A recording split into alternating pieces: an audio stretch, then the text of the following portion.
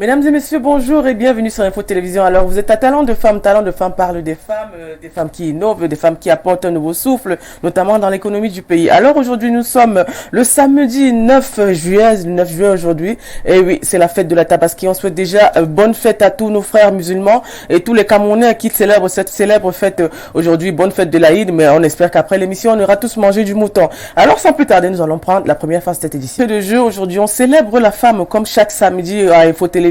Célèbre la femme, vous savez, talent de femme aujourd'hui, met en exergue et en lumière la femme entrepreneur, la femme leader, la femme qui impacte son milieu. Et sans plus tarder, nous allons vous présenter une jeune femme qui, pour une première, arrive à Info Télévision. Et puis, c'est aussi la première pour elle d'aborder justement le média audiovisuel, c'est-à-dire la télévision, mais sans qu'elle ne puisse peut-être déroger à la règle. On va essayer d'étayer notamment son parcours et puis ses activités afin de savoir ce qu'elle nous prépare. Alors, sans plus tarder, bonjour Prudence Avang. Bonjour Odile. Et bienvenue sur Info Télévision. Merci. Alors, ça se passe comment votre arrivée ici? C'est une première? Oui, c'est baptême de feu, comme on le dit souvent. Oui, c'est une très grande première. Oui. Oui. D'accord. Et on espère quand même que vous serez à la hauteur aussi, hein? Je l'espère aussi. Parce qu'on a beaucoup parlé de vous dans votre réseau. Déjà, on dit merci à la communauté afro qui est en train de vous suivre actuellement. Oui. Voilà, avec Ibrahim Mich et entre autres. Alors, on parle de Prudence Avang. Je sais pas, vous êtes originaire de la région du sud, du centre. Dites-moi un peu, d'où est-ce que vous venez? Alors, on parle de Prudence Avang. En réalité, c'est Avang, Suzanne Prudence. Mais pour faire court, je dis Prudence Avang. Prudence Avang est originaire de la région du centre. Département du Nyong et Fumo. Oui, arrondissement à Konolinga. D'accord. Donc, je suis généralement ce qu'on appelle de manière vulgaire une kanga woman. Ça veut dire quoi, kanga woman? Vous savez, à Konolinga, on mange du kanga et tout ce qui a trait à Konolinga, c'est kanga woman. Ah, le kanga, oui, moi je sais qu'aujourd'hui on l'appelle kanga, c'est le poisson très apprécié déjà, oui, en bouillon et qui justement ravit les palais de tous les Camerounais. Essayez le kanga, hein, c'est un poisson quand même très bon. Tous les étrangers qui sont au Cameroun actuellement, n'oubliez pas la gastronomie camerounaise avec le kanga. Alors aujourd'hui on va parler de votre parcours. On sait que vous êtes juriste, publiciste de formation, entrepreneur. Vous avez aussi un établissement qui vend la cosmétique, les accessoires de beauté. Mais commençons déjà par nous présenter qui est réellement Prudence. Comment est-ce que vous avez commencé, débuté votre carrière? Alors, je débute ma carrière après avoir fini mes études en droit. Donc, après avoir obtenu mon baccalauréat en 2008, je m'inscris à l'université de Yaoundé 2 Soirs, en faculté des sciences juridiques. D'accord. Oui. J'ai eu un parcours assez normal, ce qui fait qu'au bout de 4 ans, j'ai obtenu mon master 1. Bon, j'ai bien voulu prolonger avec le master 2, mais bon, ça n'a pas tenu. Et avec les réalités de la vie qui devient de plus en plus compliquée et difficile, oui, j'ai décidé de multiplier les jobs et essayer d'avoir des gains financiers. Oui, c'est aussi que voilà, après avoir multiplié plusieurs jobs, je me suis rendu compte de ce que ça devenait un peu compliqué. Le monde de l'emploi, on n'est pas payé à sa juste valeur. C'était très compliqué à un moment donné. Et puis bon, en 2018, j'ai la grâce d'être maman. Et pendant cette période de maternité, l'oisiveté était énorme. Donc tellement j'étais oisive, je passais tout mon temps sur le téléphone. Bon, pas pour dire que peut-être la maternité n'était pas tellement bonne, mais c'est vrai que à force de s'occuper de l'enfant, on oublie à un moment donné que voilà, on a fait ci dans la vie. Est-ce que bon voilà, c'est pourquoi à un moment donné, je me retrouve sur les réseaux sociaux, sur YouTube notamment. Et un jour, je tombe sur une vidéo de Marthe Karine.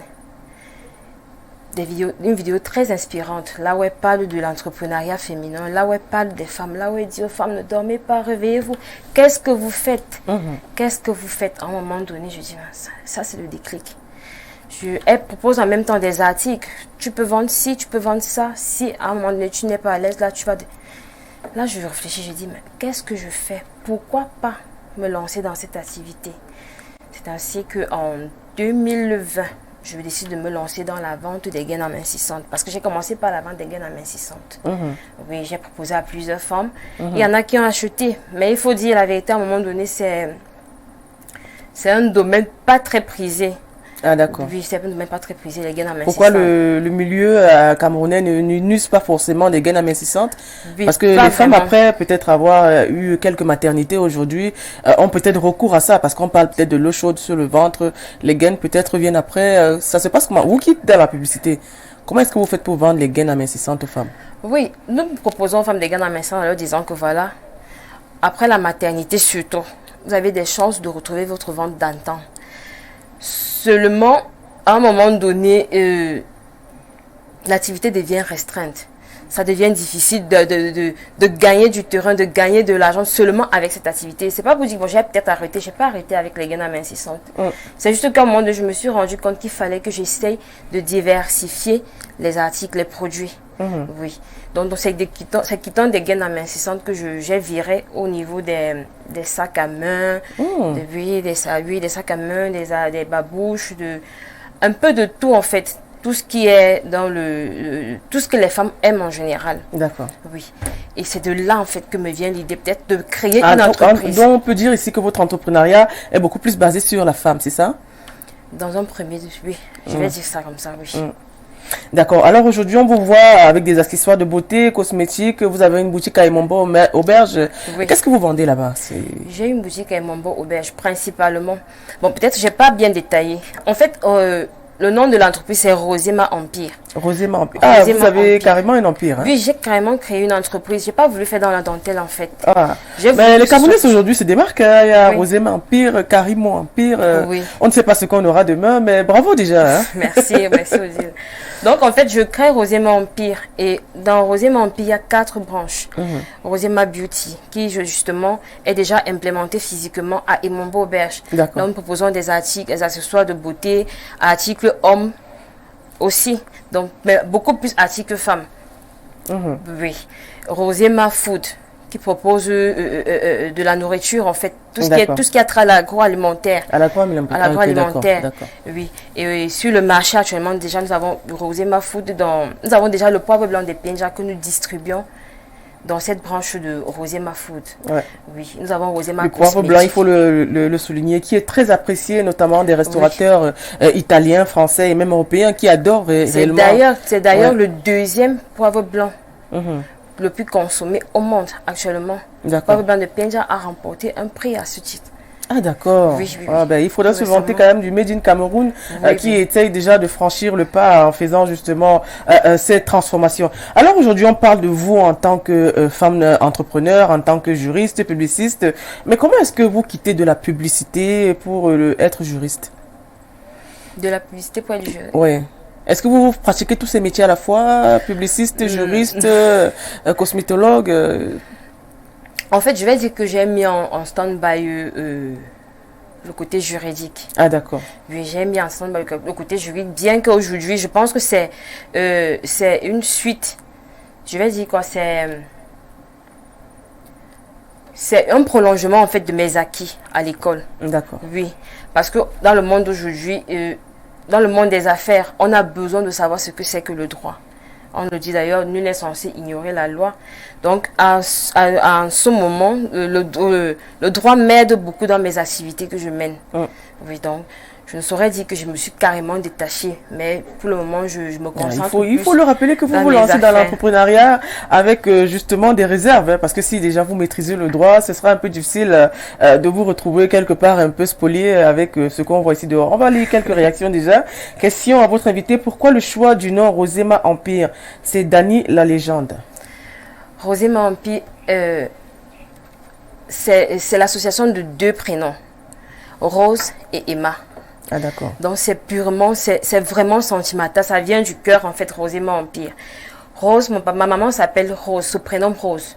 Et mon papa, paix à son âme, se prénommait Emma. Donc j'ai voulu faire la jonction de ces 2 prénoms pour choisir le nom de mon entreprise. Oui. Et vous avez combien d'entreprises aujourd'hui? C'est tout un empire, ça c'est divisé en combien déjà? En 4 branches. 4 branches. Et ça veut dire que vous avez beaucoup d'employés, c'est ça? Pas pour le moment. Nous sommes vraiment dans nos débuts. Mais on voit quand même que vous avez un package qui est bien fait. On voit quand même que vous avez déjà des cosmétiques qui sont déjà sur le marché. Est-ce que vous travaillez seul? Non, je ne travaille pas seule. Je travaille avec certaines personnes qui essaient de me soutenir qui me soutiennent énormément. Oui, je ne travaille pas seule. Alors, quelles ont été vos motivations déjà pour vous lancer dans l'entrepreneuriat? La motivation était, comme je l'ai dit dans l'entame, ne pas être payé à sa juste valeur. Oui. Donc, c'est pas une histoire d'autonomisation de la femme, par exemple? Ne pas être payé à sa juste valeur. C'est un cri, une alarme que vous lancez au gouvernement, à l'administration, que les Camerounais ne sont pas bien payés. Aux employeurs aussi, en fait. Aux employeurs, oui. N'oubliez pas que vous aussi, vous êtes employeur. Hein, attention. Oui, oui, c'est pourquoi à un moment donné, je me dis que dans ce que je fais, j'ai envie d'apporter une plus-value, en fait. Oui, dans ce que je fais. Donc, tout mettre en œuvre pour que peut-être mes employés, mes futurs employés, soient vraiment bien. Voilà. Quand vous dites futurs employés, je sais qu'on va recevoir bientôt beaucoup de questions et de demandes d'emploi durant toute l'émission. Voilà. Alors aujourd'hui, vous parlez de publiciste, parlez de publicité au Cameroun. Alors comment voyez-vous la publicité au Cameroun actuellement? Non, publiciste, c'est droit public. Ah, le droit public. Le droit public. Ah, d'accord. Oui, publicité, oui, j'ai fait droit public. D'accord. Aujourd'hui, on va parler peut-être de comment est-ce que ça se passe dans le marché camerounais. Comment est-ce que la vente, est-ce que vous avez des revenus assez conséquents? Est-ce qu'il y a des recettes? Est-ce que ça passe réellement? Parce qu'on a l'habitude de penser que peut-être ce sont les produits qu'on achète dans les grands hypermarchés qui sont mieux parce qu'on connaît un peu d'où ils proviennent. Les produits locaux sont souvent quelquefois un peu boudés. Est-ce que le marché passe quand vous avez vos productions, vos transformations entre autres? Oui, le marché il est moyen en fait. Il faut dire que les temps sont vraiment durs. Le marché il est moyen. Nous essayons du mieux que nous pouvons. Et c'est pourquoi à un moment donné, nous avons commencé avec la vente en ligne pour essayer de toucher un peu plus de monde avant d'implémenter le site. La vente en ligne, c'est-à-dire quoi? Vous avez un site internet? Nous avons une page Facebook. Nous avons commencé sur une page Facebook. Oui, Roséma Empire. Et les réactions sont assez... Oui. Les réactions sont assez bonnes. Et oui, dans la plateforme Facebook, il y a un marketplace qui permet notamment aux entrepreneurs de proposer, de placer leurs produits. Et il faut dire qu'à un moment donné, vous êtes contacté et ça marche. Ça marche. Il suffit juste d'insister, il suffit d'être persévérant, de proposer ses produits et ses articles constamment de manière régulière. En fait, oui. Mais sinon, ça voilà, marche. vous faites des placements de produits. Déjà, c'est une bonne idée. On espère que ça pourra aider aussi d'autres personnes qui aimeraient suivre votre parcours. Alors, on va prendre une réaction. Quelle est la vision à court et à long terme de Roséma Empire et où est située Roselma Empire au Cameroun? C'est Titi Zoua. Enfin, la communauté Afro est bien connectée, on le voit ici. Voilà, Titi Zoua, on t'a cité ici. Alors, Roséma Empire se trouve au niveau de Emombo Auberge. Emombo Auberge. Emombo Auberge, exactement. Oui. Pour le moment, c'est le seul lieu que nous avons. Alors, certainement, vous avez eu des ratés ou bien vous avez quelques difficultés. Parlez-nous un peu. Qu'est-ce qui est difficile peut-être dans votre métier? Produire, transformer, vendre. C'est quoi les difficultés que vous rencontrez au quotidien? Les difficultés sont nombreuses. Hein. Il faut le dire. Les difficultés sont nombreuses. Déjà, l'accès aux articles n'est pas du tout évident. L'accès au réseau, c'est un réseau très fermé. C'est un réseau vraiment fermé. Et l'accès aux produits que nous désirons transformer, comme je vous l'ai dit nous faisons dans la cosmétique également. Avoir accès aux produits de bonne qualité, c'est très compliqué. C'est très compliqué. Donc, à ce niveau, pour dire que... Dit que ce sont les difficultés. En fait, ce sont les difficultés vraiment que nous rencontrons actuellement dans notre entreprise.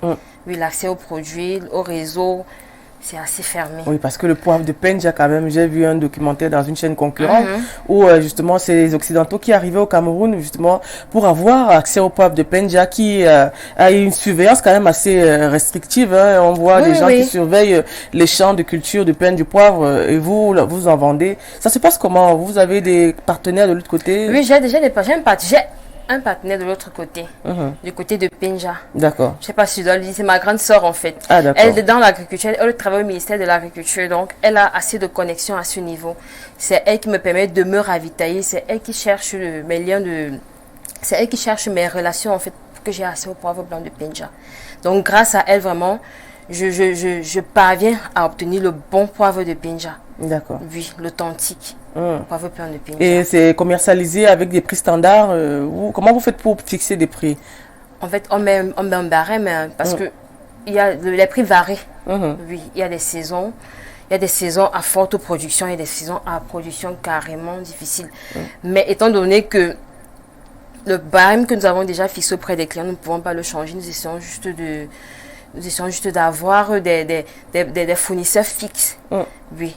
Parce que quand vous êtes déjà fidélisé au niveau des fournisseurs, à un moment donné, ils estiment que voilà, les prix ne peuvent pas varier à votre niveau. Donc, en fait, ce sont des partenariats que nous tissons avec les fournisseurs au niveau de Pinja. D'accord, on va prendre une réaction. Bonjour madame, je vous admire beaucoup. Comment faire pour vous rencontrer? Besoin de déposer un dossier dans votre entité. Moi, c'est Fortune Assomo Bida de Yaoundé et Sos. Vous voyez, il y a déjà des demandes d'emploi.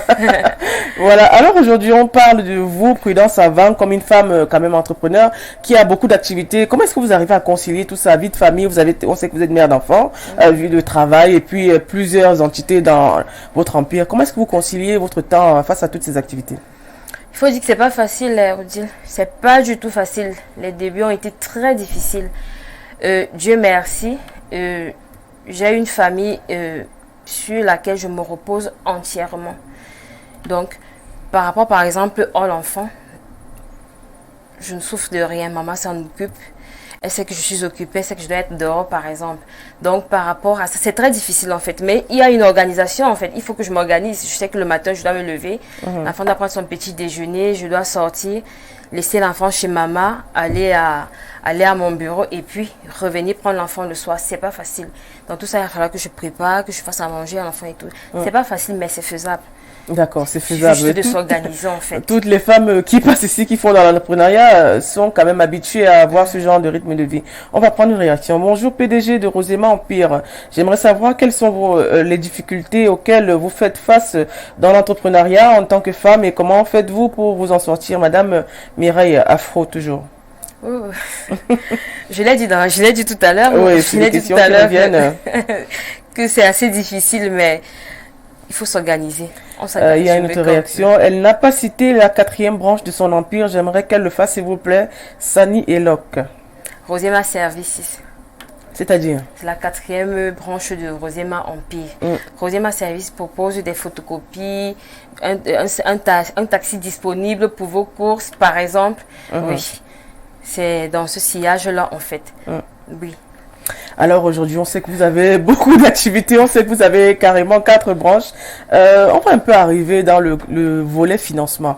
Aujourd'hui, on sait que pour vous lancer, il faut forcément un capital. Comment est-ce que vous avez commencé? Quel était le capital que vous aviez prévu quand vous vous lancez dans l'entrepreneuriat? Vous avez commencé avec les gains, c'est ça? J'ai commencé avec les gains d'investissement. Et vous aviez combien dans votre capital? Ça s'est passé comment? Si ce n'est pas indiscret. Non, c'est pas indiscret. J'ai commencé exactement avec 40 000. 40 000, d'accord. Oui, 40 000.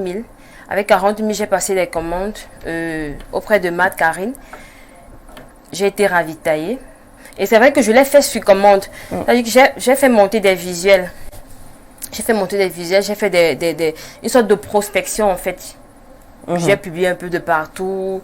Facebook, WhatsApp, oui.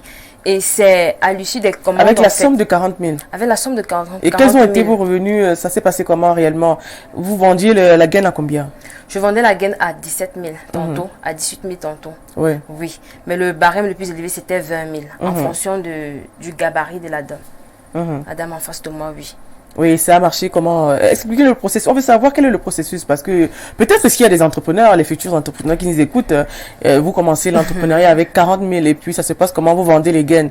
Quel est le revenu que vous avez en plus? Et puis après, vous vous lancez comment pour en arriver à 4 branches dans Empire Roséma? Je commence avec les gaines en insistance avec un budget de 40 000. Oui. Je fais des publications. Les femmes s'intéressent. Elles passent leurs commandes. Donc, je sais déjà que j'ai un revenu garanti. Ça veut dire que quand je passe la commande, je sais déjà que j'aurai mon argent en retour. Parce qu'il faut dire que j'exige les avances dans presque tous les articles que je vends sur commande. Donc, quand les femmes payent, je les ravitaille. Je prends mon bénéfice, je le mets de côté et je le réinvestis. Donc, en fait, c'est mon fonctionnement. Et il faut dire qu'entre-temps, je fais dans des cotisations, j'ai le soutien des membres de ma famille pour essayer de grandir le capital, pour essayer de faire grossir mon capital. Donc, il ne faudrait pas que je dise que c'est avec 40 000 au jour d'aujourd'hui, j'ai pu ouvrir ma boutique. Non, à un moment donné, j'ai eu besoin d'aide de part et autre. principalement les membres de ma famille. Et aujourd'hui, avec vos 4 branches que vous avez à Rosema Empire, on peut estimer que le commerce s'évalue à combien, si c'est toujours pas indiscret? C'est vrai que c'est pas très indiscret, mais bon. On va dire que le capital actuel, il va dans les 1 bas.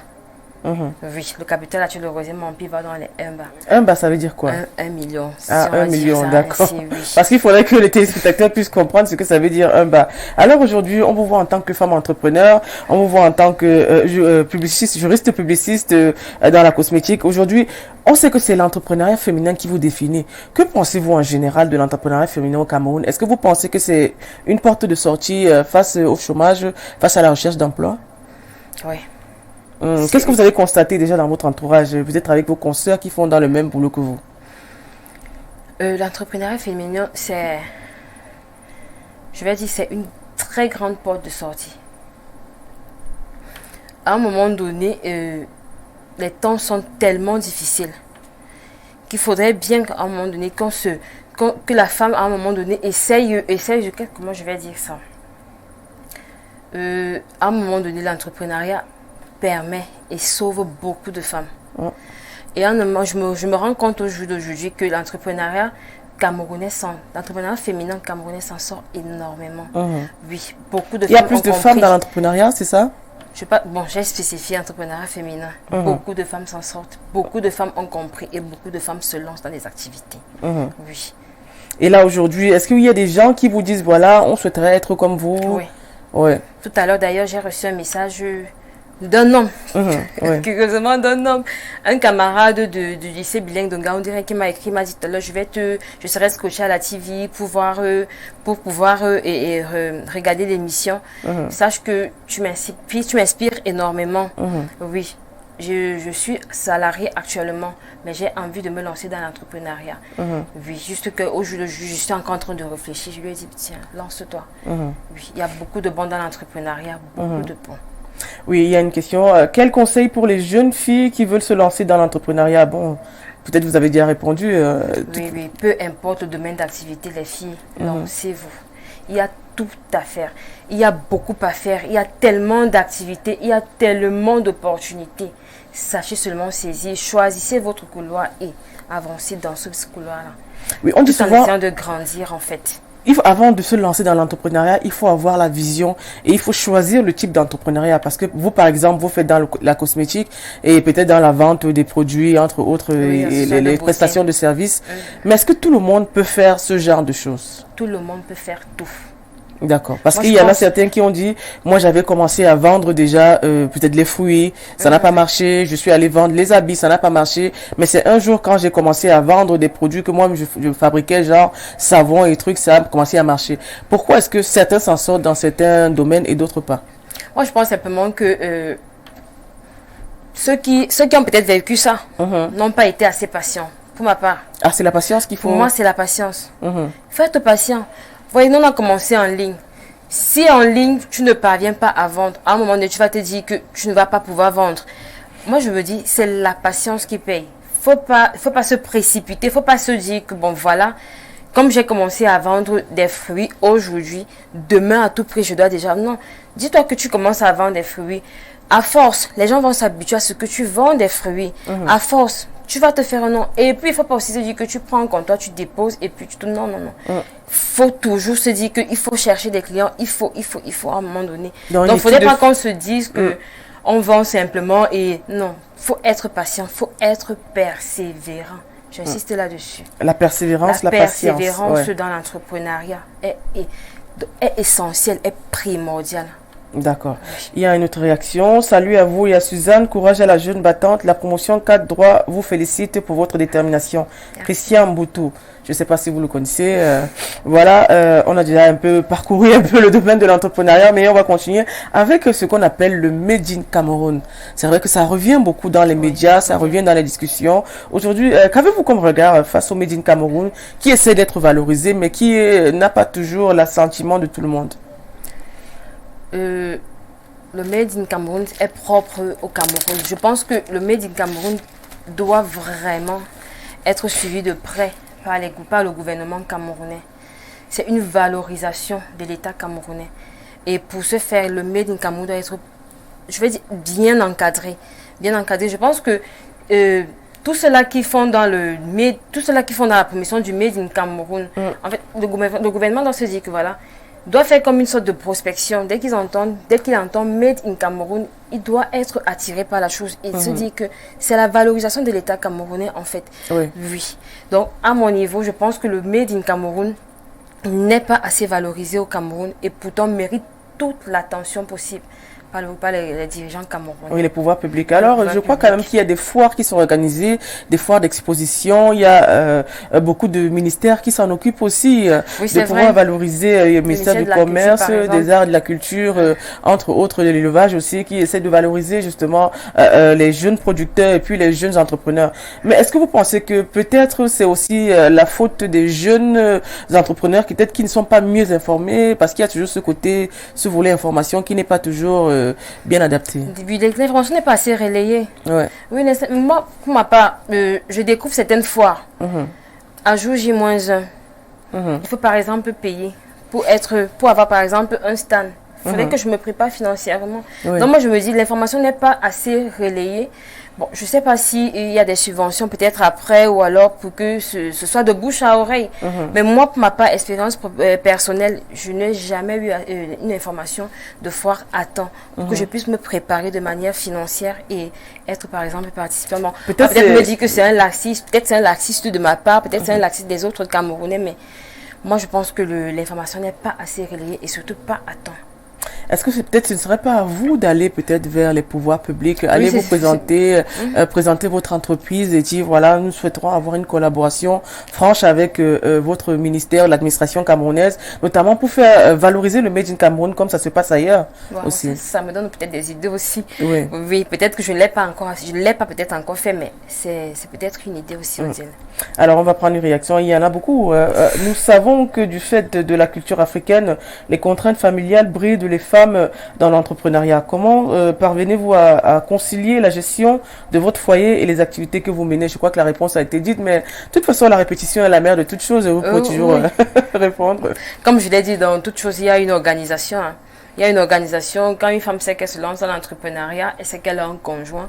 Je sais que j'ai un conjoint, je sais que je dois pouvoir m'occuper de mon conjoint. C'est vrai que à un moment donné, c'est un peu compliqué. On arrive à faire le distinguo, à faire la part des choses. Il y a des heures où tu sais que voilà, tu dois pas avoir ton téléphone, tu dois t'occuper par exemple de ton conjoint. À un moment donné, tu te dis bon voilà. Mais tout c'est l'organisation en fait. Tout c'est l'organisation. Bon après-midi à vous. Un salut particulier à la PDG Rosema. Courage à elle, Béatrice Nkolo depuis Nkolmeseng. Voilà, il y a beaucoup de réactions qui arrivent, c'est beaucoup d'encouragement. Alors on va continuer peut-être dans ce domaine toujours de Made in Cameroun. Est-ce que ça vous est déjà arrivé d'avoir une idée de collaboration, de partenariat avec d'autres entreprises? Énormément. Oui, ça se passe comment? Expliquez-nous un peu. Bon, là, ça reste mes idées en fait, mais je ne suis jamais allée vers peut-être une entreprise dit que voilà, j'aimerais qu'on collabore. Je ne l'ai pas encore fait, mais les idées sont là en fait. Les idées sont là. Je sais que le moment viendra. Le moment viendra. Le moment viendra. Est-ce que vous pensez à vous délocaliser, entre autres, dans la sous-région Afrique centrale? Comme au départ, c'est toujours, on va toujours un peu, où on se rapproche peut-être d'éventuels clients, partenaires. Est-ce que vous avez déjà pu avoir déjà des partenariats qui viennent de l'extérieur? Parce que là, vous vendez par exemple du poivre de Penja, qui est commercialisé dans le monde entier, dans les plus grands restaurants en France. Voilà, chez les chefs étoilés qui adorent même justement le poivre de Penja. Voilà, forcément, vous pouvez créer déjà des relations à l'extérieur. Est-ce que ça vous est déjà arrivé? Oui, nous y travaillons. Nous y travaillons. J'ai d'ailleurs une amie qui est du côté du Canada. J'ai une amie qui est du côté du Canada avec qui nous sommes en train de travailler pour essayer de voir comment distribuer le poivre blanc de Penja au Canada. Donc il faut dire qu'on essaie de toucher là où on a des amis, on a des relations, Donc pour le moment, c'est avec elle que je suis en train de travailler pour essayer de faire sortir le poivre blanc de Penja. Le poivre blanc de Penja de chez Rosema Food, de Yaoundé, du Cameroun. D'accord, voilà. On va prendre une autre réaction encore. Bonjour à vous en studio, juste pour savoir si Rosema Empire pense à être subventionné par l'État un jour pour mieux gagner du terrain. De la part de Patrick Meva depuis Hawa Escalier. Alors on parle de subvention. C'est vrai que ça ne sera pas de refus. C'est vrai que pour le moment, nous préférons faire un fonds propre. Oui, peut-être avec le temps, nous allons voir comment se faire subventionner, comment faire des prêts auprès des banques, par exemple. Donc, pour le moment, nous travaillons uniquement en fonds propres. Oui, mais je sais qu'à un moment donné, quand il va vraiment falloir grandir, quand il va falloir vraiment étendre l'empire, il va falloir essayer de chercher des financements de part et d'autre. Oui. Voilà. Rosema, vous êtes un exemple pour la jeunesse et pour la femme en particulier. Beaucoup de courage pour la suite. Que recommandez-vous à ces jeunes filles qui hésitent encore à se lancer dans l'entrepreneuriat? C'est Christiana. Je l'ai dit tout à l'heure, les filles, choisissez votre couloir et foncez. Vous avez parlé de patience, de persévérance. Choisissez votre niche, choisissez un domaine dans lequel vous vous sentez bien et lancez-vous, foncez. N'hésitez pas. Le plus difficile, comme on le dit en entrepreneuriat, c'est de commencer. Dites-vous quand vous allez commencer, jeune fille, vous allez voir, ça va couler en fait. Ça va couler.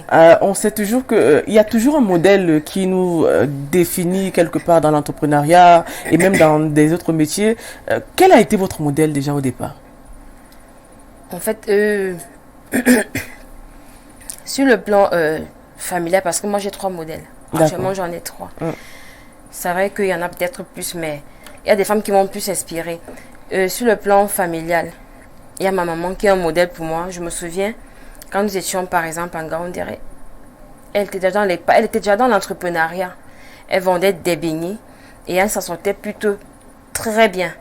Donc là, ça c'est l'un de mes modèles. Maintenant, comme je l'ai dit tout à l'heure, il y a Marthe Karine qui m'a beaucoup inspirée.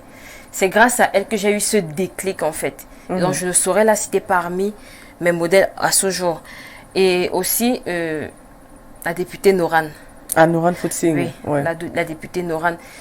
Je pense que c'est même son chemin en fait que j'ai envie de me frayer. D'accord. Oui. Ah, j'espère qu'elle nous suit et elle sera ravie de savoir qu'elle a beaucoup de jeunes qui la suivent. C'est vrai qu'elle s'est beaucoup plus lancée dans l'entrepreneuriat jeune avec la pisciculture, justement. Oui, là c'est récemment. Oui, récemment aussi avec... il y a plusieurs domaines qu'elle a explorés aussi. Comme elle le dit, elle organise des conférences. J'espère qu'un jour peut-être on va assister. Elle est vraiment en train de... Ouais. Elle est vraiment en train de... Je vais dire, elle est en train de tentaculer, elle est en train de tendre ses tentacules. C'est une femme formidable en fait. Son chemin, c'est un chemin de ouf. C'est un chemin de ouf. Elle travaille, elle ne dort pas et elle pense beaucoup à la jeunesse. Peut-être qu'elle ne le fait pas de manière directe, mais elle le fait. Elle le fait, elle inspire. Moi, elle m'inspire particulièrement. D'accord. Noran qui revient toujours à chaque fois dans cette émission. C'est vrai que c'est une femme quand même assez éblouissante. Et puis c'est une femme qui a su concilier foyer et travail. Oui. Ben, voilà, le modèle il est là, c'est Noran Footsing, c'est ce qu'on retient ce soir. Hein. Alors aujourd'hui, quand vous projetez, on voit peut-être Rosema dans 10, 15, 20 ans, qu'est-ce que vous entrevoyez lorsque vous vous projetez? Je vois Rosema avec un grand immeuble, avec des bureaux, avec des employés, avec un tas d'employés, avec des... Je vois Rosema en fait en grand. Je vois Rosema en grand. Je ne sais pas comment est-ce que je peux décrire Rosema que je vois dans 10 ans. Je ne sais pas comment est-ce que je peux décrire. Pour moi, c'est un projet de vie, c'est un projet que j'ai vraiment envie de développer. Que vraiment le Seigneur m'en donne la force pour pouvoir y arriver. Oui, parce que comme l'a souligné, peut-être, je ne sais pas si vous vous intéressez au football, et actuellement, je crois qu'il y a la CAN féminine au Maroc où le Cameroun participe. Samuel Eto'o dit toujours, il faut rêver. Est-ce que vous avez... Il faut rêver. Ah, d'accord. Je vous assure, il faut rêver. Ce sont des nuits blanches, en fait, que j'ai passées, par exemple, pour trouver le nom Rosema. Ce sont des nuits blanches. Il faut rêver. Il faut rêver, en fait. Il faut rêver grand. Oui. Donc, vous avez rêvé grand pour en arriver là? Je rêve grand. Je ne suis même pas encore... Je ne sais pas si je suis arrivée à 1% de ce que j'ai envie de faire, en fait. Je me considère encore à -1. Je ne suis pas encore arrivée à 1%. Ah oui, l'humilité aussi, c'est reste une des vertus qu'on a tous, notamment quand on se lance dans un projet de vie assez alléchant comme le vôtre. Alors aujourd'hui, on parle des dérives, notamment sur les réseaux sociaux. On voit des jeunes filles, et puis il y a eu quelques temps, une vidéo qui a fait la une, qui a un peu essayé de déblayer un peu les dires et puis les débats. Que pensez-vous de cette dérive qu'on rencontre tout le temps ces derniers temps, notamment avec les jeunes filles? Parce que là, on parle de femmes. Oui, c'est une catastrophe en fait aussi. c'est une catastrophe qui, à un moment donné, je sais pas comment est-ce que je peux qualifier ça. Je sais vraiment pas comment. Les femmes perdent de la valeur. Les jeunes filles, nos petites soeurs perdent de la valeur. Je sais pas pourquoi est-ce qu'elles en viennent à se dire que c'est la nudité de la femme qui fait quelque chose à ce. Je ne sais pas pourquoi en fait. J'aimerais bien dialoguer avec certaines d'entre elles et poser des questions. Mais attends, qu'est-ce qui t'inspire peut-être à prendre ton téléphone, te filmer en train de... Je sais pas. Je sais pas comment est-ce que je devrais qualifier ça en fait. C'est juste que c'est pas possible. Un manque d'éducation. Il y a un manque d'éducation. Je ne pense pas que c'est trois manques d'éducation. Vous savez, on accouche l'enfant, on ne donne pas le cœur à l'enfant. Et à un moment donné, les parents font tout. Peut-être pour recadrer l'enfant refuse. Je me dis, il y a le développement des réseaux sociaux, Mais quelque part, c'est aussi peut-être les valeurs, non? Je ne sais pas si je devrais dire les valeurs, mais je pense qu'à un moment donné, il faut peut-être interpeller l'État par rapport à ça. Peut-être on n'y a pas assez de sanctions pour ça, en fait. Parce que je me dis, si... parce que la jeune dame qui circule actuellement, qui fait le buzz, comme on aime dire, parce que je ne sais pas si c'est une histoire de buzz, la jeune femme qui fait le buzz actuellement, je ne sais pas si elle a 22 ans. Je ne sais pas si... Je me dis elle a 17 ans, à ce qui paraît. Voilà. Elle n'a que 17 ans. Comment est-ce qu'elle en vient? Moi, je ne pouvais pas avoir de téléphone à 17 ans. J'ai eu le téléphone après l'obtention du bac. J'ai eu mon téléphone, mon premier téléphone après. Je me disais, comment est-ce qu'elle fait pour avoir un téléphone à 17 ans? Il faut essayer de recadrer les choses. Ça commence dans la maison, c'est vrai. Ça commence au niveau des parents. Maintenant, je me dis, si les parents, à un moment donné, ça n'arrivent pas peut-être à canaliser, à gérer la situation, je pense que l'État doit prendre le relais, sanctionner de manière ferme toutes ces jeunes filles-là qui en viennent à dériver, en fait. Oui. La nudité de la femme, c'est pas ça, à un moment donné, qui pourra payer des factures. Et je me pose la question, dans 10 ans, est-ce qu'elles s'imaginent dans 10 ans? Elles sont nombreuses aujourd'hui qui regrettent. Leurs photos sont éternellement sur Google. Sont éternelles sur Google. Personne ne pourra retirer leurs photos. Leur nudité sur Google. Comment est-ce que cette fille-là se projette dans 10 ans? Vos enfants, est-ce qu'ils ne verront pas votre nudité dans 10 ans? La réputation et tout bon. Et je pense que vous-même, vous l'avez dit tout à l'heure, Odile, il y a peut-être l'éducation en fait. Oui, les valeurs qui n'ont pas été bien assimilées peut-être. Il y a une perte de valeur en fait. Oui. Alors aujourd'hui, on sait que vous êtes juriste publiciste. Selon vous, la loi pourrait condamner cette jeune fille? La loi devrait. La loi devrait, à mon sens, prendre des dispositions fermes par rapport à ça. Je ne sais pas ce qui est exactement prévu actuellement, mais je sais que la loi, à un moment donné, punit... comment ça s'appelle? La déviance, par exemple. La loi punit la déviance. La loi punit... je cherche le mot là. Je sais qu'il y a des textes relatifs à ça. Il y a des textes qui parlent il y a des dispositions en fait pour punir ce genre de cas. Oui, alors nous avons un message pour vous qui arrive toujours. Prudence, ma soeur, à moi, ma Momo, tu es vraiment belle sur l'écran. Je tiens à te dire que pour moi, tu es un modèle, une femme que j'aimerais bien ressembler, à qui j'aimerais bien ressembler. Ta force, ton dévouement, je les adore. Je te soutiendrai toujours, reste toujours toi et va toujours de l'avant. Que Dieu te l'accorde. Ta petite sœur Rose. Bon, là c'est la famille déjà. Merci. Voilà qui répond. C'est avec les émotions. Alors aujourd'hui, on voit quand même qu'il y a une loi sur la cybercriminalité. On voit qu'il y a beaucoup de lois sur peut-être la nudité, comme on le dit souvent, assez souvent. Mais est-ce que selon vos aspirations, vos aspirations et peut-être ce que vous avez eu à étudier à l'école, cette fille peut être incarcérée en prison? Pour ma part, elle devrait. Elle devrait être incarcérée. Pour ma part, elle devrait. Oui, mais je pense pas que l'incarcération à elle se suffira. Non, je pense pas. Je pense qu'il y a une éducation peut-être qui est à refaire. Il y a une sensibilisation.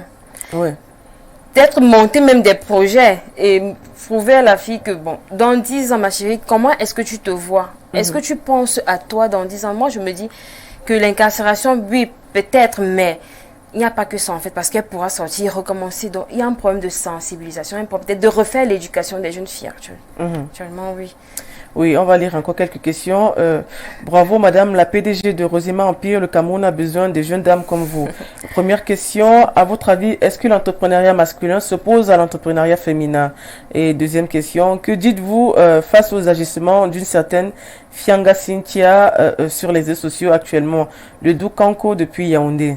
Oui, c'est dès qu'on parlait justement, la jeune femme qui fait le buzz actuellement. En fait, c'est... Je sais pas comment est-ce que je sais pas comment qualifier ce que cette petite fille est en train de faire aujourd'hui. Je sais pas comment qualifier parce qu'on n'a pas vu de réaction du ministère de la promotion de la femme et de la famille, il n'y a pas eu de sortie, comme il y avait eu il y a quelques temps avec un scandale, avec un journaliste, une jeune fille avec un journaliste, il y avait justement une sextape qui avait circulé. Mais aujourd'hui, on parle du silence peut-être des autorités, parce qu'elle a plus de 40 000 abonnés sur sa page Facebook. Oui, il faut dire que la population ne l'aide pas aussi. Hein. Oui. Il faut dire que la population ne l'aide pas. Moi, par exemple, je me parle sur Facebook, je tombe sur ses publications. Et puis, quand j'entends dans les commentaires, tu vas voir des hommes qui lui disent que mais on attend la saison 3. Alors, moi, je me dis que comment est-ce qu'on en vient? Elle en vient à avoir 40 000 abonnés. Parce qu'elle a plus de 40 000 déjà, 40 000 abonnés, cette jeune dame.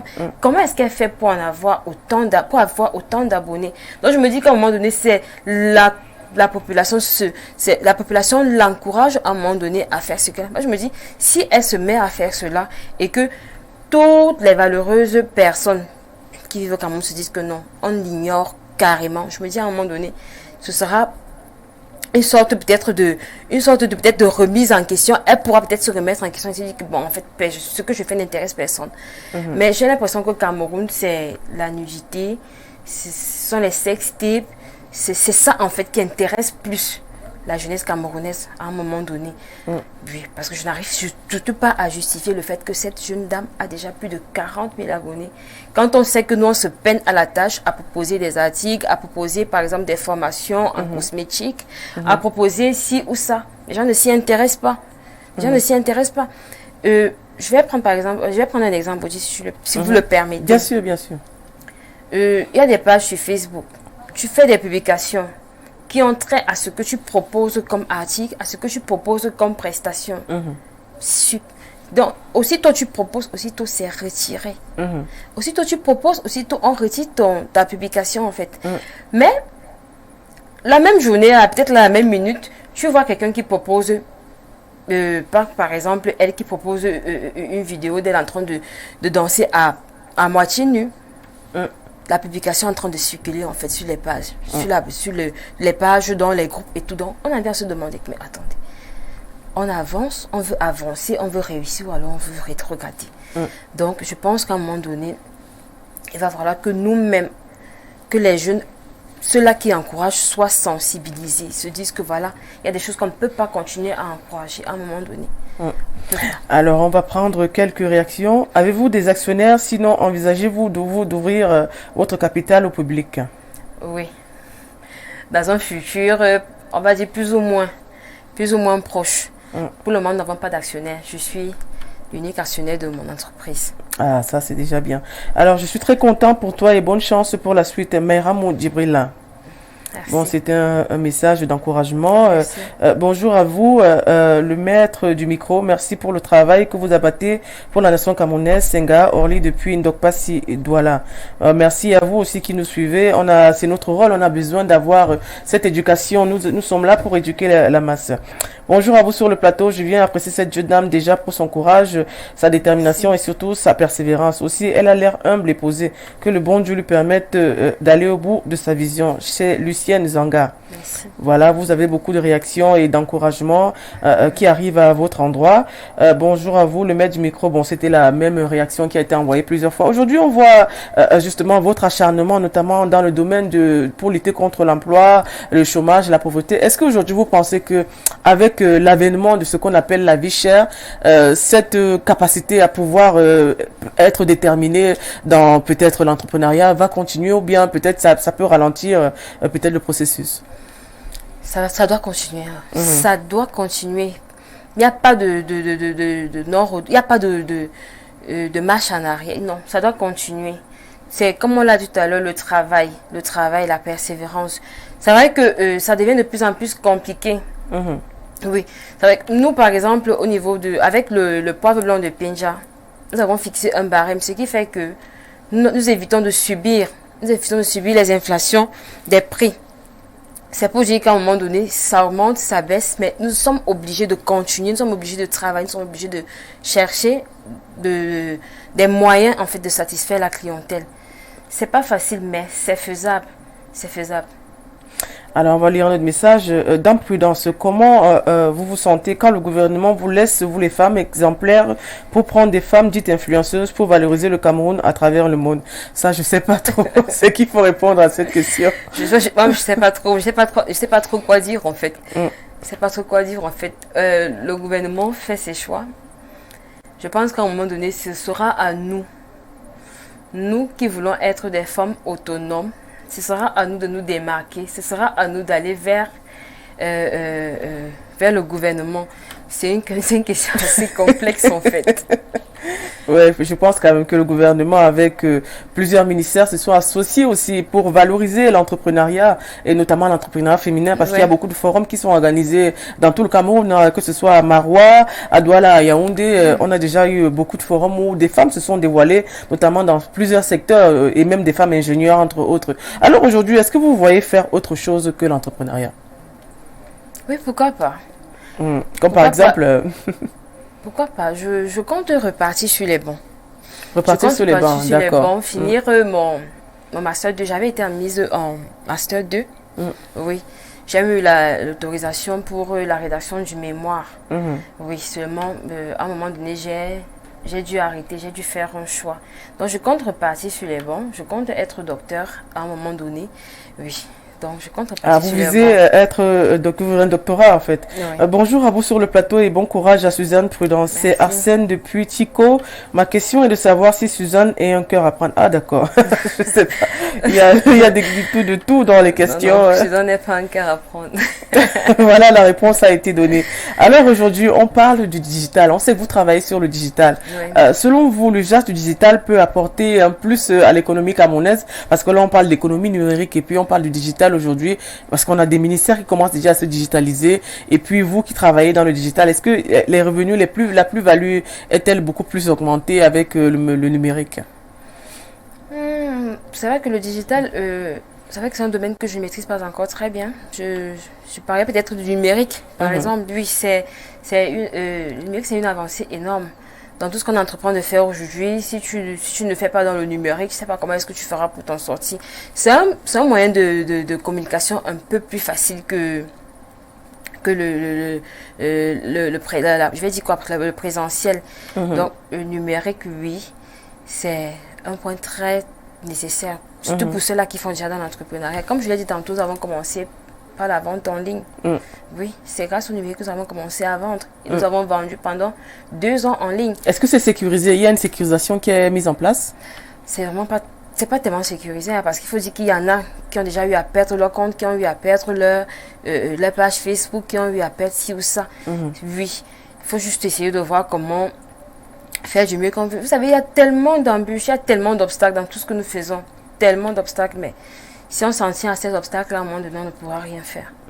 C'est vrai que tout à l'heure, on parlait d'influenceuses. Il y a justement une réaction qui a parlé d'influenceuses. Est-ce qu'aujourd'hui, est-ce que vous avez pensé à avoir des égéries? Parce qu'on voit dans la cosmétique, il y a toujours une égérie, quelqu'un qui porte le produit. Est-ce que vous y pensez? Oui, nous y pensons. Nous y pensons beaucoup. Est-ce que votre dévolu va se jeter sur une influenceuse? Peut-être. C'est pourquoi je n'ai pas voulu me prononcer tout à l'heure. Il y a des influenceuses qui bossent. Contrairement à ce qu'on pense, il y en a qui travaillent, il y en a qui vous permettent d'avoir des revenus.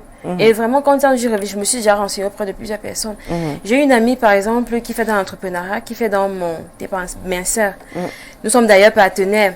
Donc, elle a pris une égérie. Et ça marche en fait. Elle a pu gagner de l'argent, elle a pu faire des ventes grâce à cette égérie-là. Donc, les influenceuses, c'est vrai, il y en a qui commencent mal. Mon problème, c'est leur début en fait. Il y en a qui commencent mal. Mais je vous assure qu'en travaillant avec ces femmes, on parvient à se faire de l'argent. C'est indéniable, c'est indéniable, on parvient à se faire de l'argent. Il faut juste peut-être choisir la bonne personne, choisir... celle-là peut-être qui vous inspire le plus et tout. Donc, c'est faisable, ça se fait. Il y en a qui travaillent, il y en a qui bossent vraiment dur. Il y en a qui bossent dur. Et puis, le but même, c'est pas de voir ce que peut-être elles font derrière. En fait, le but, c'est que... Oui, c'est pas ça. Non, mais elle porte aussi, il faut le dire, elle porte l'image de votre entreprise, en fait. Si il y a des dérives, comme on dit sur les réseaux sociaux aujourd'hui, ça pourrait impacter sur l'achat et la vente de vos produits aussi. Ça, c'est vrai. Vraiment, je n'en disconviens aucunement pas. Je n'en disconviens pas.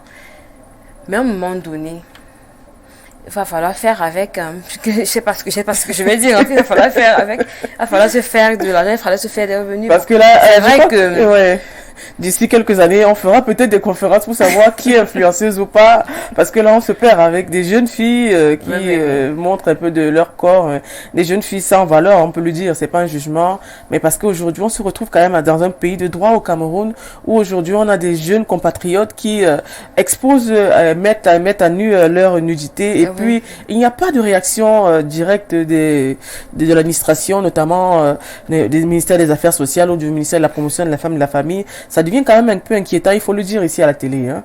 Oui, c'est inquiétant. On ne peut pas dire le contraire, c'est très inquiétant.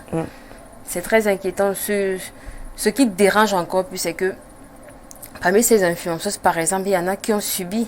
Je me dis qu'à un moment donné, elles doivent peut-être pouvoir orienter leur jeune petite sœur, en fait, qui vont dans la dérive et essayer de faire à ce que le mal soit facilement éradiqué. Parce que ça devient de plus en plus compliqué. Je me dis... la vie facile, en fait, c'est ça qui, à un moment donné, on se dit que c'est la vie facile, alors qu'en réalité, c'est pas la vie facile. Ouais. C'est pas la vie facile. Parce que selon vous, c'est un cas de pauvreté, ce serait la pauvreté qui mène à ça? Je pourrais dire oui, hein. Je pourrais dire oui et non en même temps. Je pourrais dire oui et non en même temps. Parce que là, on voit un peu une dignité et toute une famille qui est ébranlée aussi. Et c'est même le Cameroun. La dignité bafouée est bafouée à un moment donné. Oui, parce qu'on voit notre jeunesse qui, justement, est le fer de lance de la nation, comme le dit souvent le chef de l'État. Mais aujourd'hui, on se rend compte que la jeunesse, aujourd'hui, n'a pas peur d'oser, et dans le mauvais sens, en fait. Dans le mauvais sens. On en voit de tout, en fait. On en voit de tout. On en voit de tout. J'ai vu une sortie d'un grand comédien, Fingontrala, par exemple, qui parlait de Monsieur Chantal en disant que, mais... vous l'appelez comédien, donc quelqu'un se lève un bon matin, il enlève son t-shirt, il danse, on l'appelle déjà comédien. En fait, il y a beaucoup de choses qui sont à refaire. Oui, là, Monsieur Chantal, le cas, je pense, c'est de l'art performance. Vous savez, l'art performance n'a pas réellement des définitions. Bon, on va laisser ce moment-là, ne parle pas de culture aujourd'hui. Alors, bonsoir à vous sur le plateau, très belle émission. Merci de promouvoir le talent et le savoir-faire de la femme camerounaise. Courage à toi, prudence dans ton entrepreneuriat. Merci. Gustave, depuis Douala. Alors, il y a beaucoup de messages qui arrivent pour vous féliciter. Mademoiselle Prudence est une vraie femme battante. Roland, depuis Konengi. Voilà, il y a beaucoup de réactions qui arrivent. Mais là, avant de continuer et de prendre la deuxième phase, on va parler peut-être des droits des femmes aujourd'hui. On sait que vous êtes juriste aujourd'hui. Que pensez-vous des droits des femmes au Cameroun? On peut quand même passer devant cette question. Le droit des femmes évolue au Cameroun. Vous pensez Oui, le droit des femmes évolue au Cameroun. C'est vrai qu'on ne va jamais dire, il y en a qui prônent l'égalité homme-femme. Mais pour ma part, déjà, bibliquement, c'est pas possible. Avec déjà la Bible, c'est pas possible de dire que l'homme est égal à la femme est égale à l'homme. Donc, à un moment donné, ce qu'on prône beaucoup plus, c'est peut-être l'égalité de chance, par exemple. Mais ça, je pense qu'il y a une véritable avancée des droits des femmes au Cameroun. On le voit notamment avec le nombre de places, par exemple, attribuées déjà aux dames à l'Assemblée nationale. C'est déjà un grand pas, c'est déjà beaucoup. Donc, il ne faudrait pas non plus qu'on se dise que non. Avec le temps, tout ira peut-être crescendo. On ne peut pas arriver à l'égalité homme-femme. Mais le droit des femmes, quand même, ça vient. Je vais dire ça ainsi. Non, c'est pas étape, c'est progressif en fait. C'est progressif. Mais restons-en là, mais on sait quand même que les femmes aujourd'hui savent s'affirmer aussi. Hein. Oui, en politique, la femme aujourd'hui, elle est quand même bien vue et bien valorisée. Tout à l'heure, vous avez évoqué Noran Foster, qui est aujourd'hui députée du PCRN. Voilà, effectivement, on voit les femmes quand même qui se démarquent. Oui. Alors, on va prendre la seconde phase qui est découverte. Bon, Madame Prudence, ma pupille, comme je l'appelle habituellement. Oh, cette femme au grand cœur, cette amie loyale, cette dame qui est toujours prête à te soutenir. Je l'ai rencontrée à l'université de Yaoundé 2 dans le cadre du ballet universitaire, les danses patrimoniales. Cette passion qui nous lie tous les deux. Donc, elle m'a tendu la main alors qu'elle me connaissait à peine. Elle m'a accueillie chez elle et elle m'a montré tant d'affection que vraiment je n'ai pas pu m'empêcher de m'attacher à elle en fait. Donc, si je dois dire 2 mots pour la caractériser, c'est une femme respectée et respectable. Parce qu'on peut être respecté, mais on n'est pas respectable. Donc, c'est quelqu'un de très, très ambitieuse. Déjà, quand on était encore sur les bancs à l'université, elle avait coutume de me dire, Mélène, je vais travailler dans un bureau. Je vais avoir mon propre bureau. Donc, aujourd'hui, PDG de Roséma Empire, ce n'est pas quelque chose qui me surprend, c'est quelque chose de tout à fait... En fait, il fallait s'y attendre.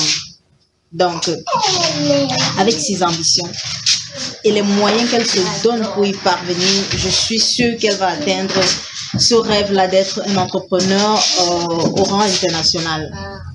Entrepreneur de renom. Donc, ma copine, ma pupuce, ma chérie, je sais que ce ne sera pas facile, ce sera compliqué comme toute chose qui se veut grand. Mais je sais que tu vas y arriver, je sais que tu vas y parvenir avec toutes les armes que tu t'es données, avec tout ce que tu fais au quotidien pour y arriver. Je sais que quoi qu'il en soit, tu vas y arriver. Le Seigneur déjà ne va pas permettre que cela ne se fasse pas. Donc, ma chérie, ma pupuce de toujours, je te souhaite tout le succès, tout le bonheur. Je serai toujours là. Porte-toi bien. Bisous, bisous. Alors là, c'est Mel qui parle de ta détermination. Vous êtes rencontrés au ballet. Ça, c'est ce que vous nous avez pas dit. Vous faites de la danse patrimoniale, c'est ça? Oui. Nous avons dansé. Nous avons dansé ensemble à l'université de Yaoundé 2. Faut dire que ça demeure l'une de mes passions, en fait. La danse, oui. Il y a même un festival patrimonial qui est organisé chaque année au ministère des Arts et de la Culture. Alors aujourd'hui, on parle de vous en tant que femme déterminée. Elle a toujours su que vous en arriverez là et puis vous allez même aller au-delà. Oui, oui. Je ne manque pas de parler à mes proches, en fait, de ce que j'ai envie de faire. Je ne manque pas de dire à mes proches que j'aurai mon bureau, comme elle a dit tout à l'heure. Oui, j'aurai mon bureau et je pense que j'ai mon bureau.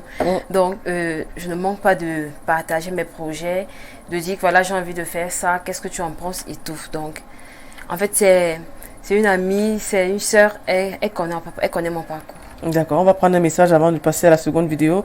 Bonsoir à vous. Quelles sont les difficultés administratives auxquelles vous avez fait face à la création de votre boutique? Beaucoup de courage à vous, Kanga Girl, André Aïdea. Les impôts. Les impôts, ouais, d'accord. Ouais. Ah, il faut le souligner aussi, les impôts, il faut payer ces impôts. C'est pas facile en fait. À un moment donné, bon, j'aime tout faire pour avoir tous mes papiers, mais je me fais toujours harceler. En fait, on me dit, mais comment est-ce que tu fais pour avoir tous les papiers? Non, on n'aime pas quand il y a tous les papiers, carrément. Un agent des impôts me l'a dit. Non, mais il faut quand même pas le dire à la télé quand même que les impôts sont axés sur la corruption aussi, hein. C'est cher en fait. Les impôts c'est cher. Ça coûte cher. C'est pas facile. Mais vous payez quand même vos impôts, madame? Oui, j'ai payé tous mes impôts. J'ai ma patente, j'ai les salubrités, j'ai tout en fait. D'accord, ok. On va maintenant passer à la seconde vidéo. On sait que madame, l'entreprise Roséma paye tous ses impôts. Alors on va voir la deuxième vidéo. Bonjour, moi c'est Amélie, je suis une amie d'enfance de Prudence. Ça va faire plus de 20 ans aujourd'hui qu'on se connaît. On a fait le primaire ensemble, on a fait le secondaire ensemble. Et voilà, ses parents ont été affectés à un moment donné à Yaoundé, mais malgré la distance, on a toujours gardé le contact. Je dirais que c'est ma plus vieille amie, quoi. Alors, je dirais d'elle également que c'est une personne très ouverte. Elle est sincère, elle est loyale, elle est honnête, un peu trop même, je dirais parfois. Et voilà, elle est déterminée et ambitieuse. Il y a quelques années, elle m'a parlé de son projet entrepreneurial. Je n'ai pas hésité à l'encourager parce que je me dis que c'est capital aujourd'hui pour une femme déjà d'avoir une certaine stabilité financière, mais également d'être épanouie dans ce qu'elle fait. Mais surtout, si ce qu'elle fait a également un impact positif sur la vie des gens qui l'entourent ou d'un citoyen lambda, alors c'est encore mieux. Alors, c'est ainsi que Roséma Empire est née, malgré les difficultés liées à la création d'entreprises et autres. Elle a tenu bon et elle fait son petit bout de chemin.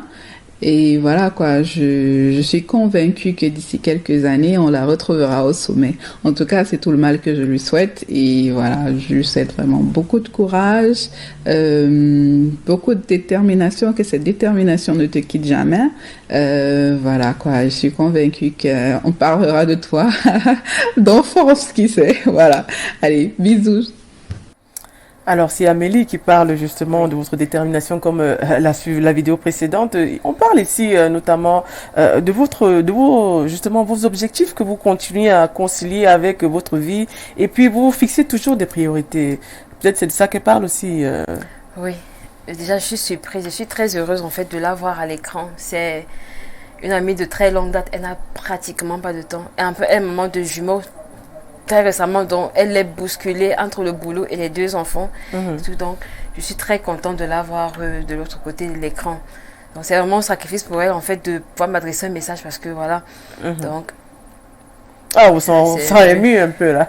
On va lire un message avant de passer à l'autre vidéo. Bonsoir madame, je suis votre mission pour la première fois et j'apprécie beaucoup les sujets posés et les solutions et analyses apportées par Prudence. Parlons du droit des femmes. Il existe bel et bien, mais beaucoup de femmes ignorent leurs droits. Et pourtant les lignes bougeront plus quand celles-ci s'approprieront véritablement de ces droits-là. Monsieur Olé depuis Ekondoum. en effet. Ah, vous êtes d'accord avec lui? Je suis d'accord avec lui. Nul n'est censé ignorer la loi, en fait. Nul n'est D'accord. censé ignorer la loi. Et puis, je dis, il faut chercher, il faut savoir, j'ai droit à quoi? Je dois faire quoi? Essayer de chercher, en fait. Ne pas attendre que tout viendra à nous. Les femmes ont beaucoup de droits, mais malheureusement, elles sont nombreuses à ignorer ces droits-là. D'accord. Alors on va prendre la vidéo suivante. Ah, ce que je pense de Madame Prudence. Madame Prudence, c'est la mère de la famille. La femme au grand cœur. C'est une personne adorable, je vous jure. Difficile de trouver ce genre de personne. Elle est adorable, elle est aimable, elle est serviable. Elle sait dire la vérité quand il le faut. Quand tu as bien fait, elle te le dit. Quand tu as mal fait, elle te le dit toujours. Donc en fait, c'est une personne bien. Une personne de... Elle est merveilleuse en fait. Ce que je pense de son travail, c'est une femme battante, c'est une vraie battante. Madame Prudence, c'est une vraie battante. Elle se bat comme il se faut. Et j'apprécie beaucoup sa manière de travailler parce que il se réveille très tôt, hein, très tôt. Il se réveille très tôt, elle sort. Elle est dans ses affaires à gauche, à droite, tranquille. Ouais, un peu ça. Ce que je pense de sa vie maintenant en association, Madame Prudence, c'est celle qu'on appelle toujours la mère de la tontine, la mère de la réunion. Dans une réunion, si Madame Prudence fait partie des membres, c'est deux postes. Soit elle est présidente, soit elle est caissière. C'est deux postes. Soit elle est présidente, soit elle est caissière. Ah, c'est quelqu'un de très honnête. Elle est très très honnête. Donc, sa vie en famille, elle est merveilleuse parce que elle aime tout le monde, elle prend tout le monde de la même façon, au même niveau. Elle ne fait pas de parti pris. Et du coup, elle aussi, elle est bien aimée dans toute la famille. Parce que comme je vous ai dit depuis le début, elle sait dire la vérité en fait.